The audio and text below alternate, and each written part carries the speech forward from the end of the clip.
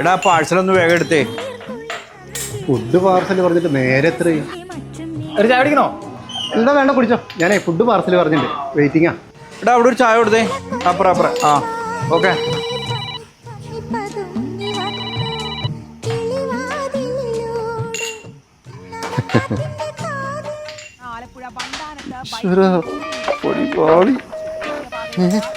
ഇവള് പോയില്ലേ മോനെ, നിന്റെ കപ്പ് ബിരിയാണി മാത്രമല്ലേ ഉള്ളൂ? 150 കേട്ടാ. മനീഷ് മഹിബാൽ കൂടുതൽ വിവരങ്ങൾ നൽകും. ഇവനെന്ത് പഴം വഴിഞ്ഞ പോലെ നിൽക്കണം, പറഞ്ഞിട്ട് മനസ്സിലായില്ല. ഇറങ്ങി ഓടിയാലോ. ഇവിടെ നിന്റെ പാഴ്സൽ ഇവിടെ ഇരിക്കണ്. ഇവിടുന്ന് നോക്കുമ്പോ ഇവിടുന്ന് നേരെ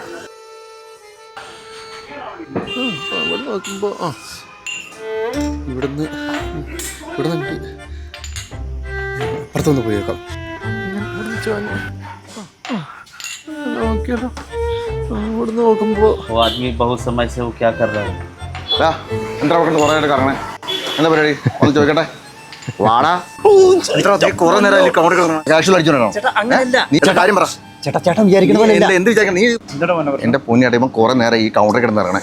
എനിക്ക് കൗണ്ടറിൽ നിന്ന് ക്യാഷ് അടിച്ച് മറ്റേ CCTV കിട്ടുമോ? സ്റ്റാഫ് നോക്കൊണ്ടിരിക്കുക. നീ അല്ലടാ ഇന്നലെ ബിരിയാണി ഓർഡർ ചെയ്തിട്ട് മേടിക്കാണ്ട് പോയത്? ചേട്ടാ അത് ഞാൻ തന്നെയാണ്. നിന്റെ സ്ഥിരം പരിപാടി അത്.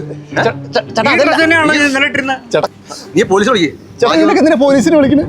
നല്ല രീതിയിൽ സത്യം പറഞ്ഞു. നീ പറഞ്ഞു സത്യം പറഞ്ഞു നീ. ഞാൻ പറയാം. പറയടാ. അതെ, നിങ്ങൾ ആരോടും പറയരുത്. നീ പറ. നീ ഞാൻ പറയാം. അതെ, ഇന്നലെ ബിരിയാണിക്ക് തരാനുള്ള കാശ് എടുക്കാൻ പോക്കറ്റിൽ കയറ്റപ്പോഴാണ് എൻ്റെ മൂഡ് കയറിയത് ഞാൻ അറിഞ്ഞത്. ഞാൻ ആ ടെൻഷനിൽ നോക്കുമ്പോൾ അപ്പുറത്ത് ആരൊക്കെ നിൽപ്പുണ്ടായിരുന്നു. എൻ്റെ ഒരു സമാധാനത്തിന് ഇതിൽ ആരൊക്കെ കണ്ടു എന്ന് അറിയാൻ വേണ്ടിയിട്ട് ഞാൻ ഒന്നുകൂടെ കൺഫേം ചെയ്യാൻ വേണ്ടിയാണ് പിറ്റേ ദിവസം വന്നിട്ട് ഓരോ ചെയറിലിരുന്ന് നോക്കിയത്. ഇതിനായിരുന്നോ വെറുതെ മനുഷ്യന്റെ സമയം കളയാനായിട്ട്? ഇവനൊക്കെ എവിടെ നിന്ന് വരുന്നതാ? മനുഷ്യനല്ലേ, ടെൻഷൻ ഉണ്ടാവില്ലേ? അവനെ പറഞ്ഞിട്ട് കാര്യമില്ലടാ.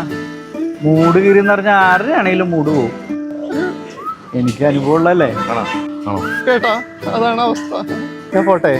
പിന്നെ നീ പിന്നെ ആ മൂട് കയറി പറഞ്ഞേ. കഷ്ടത്തന്നെ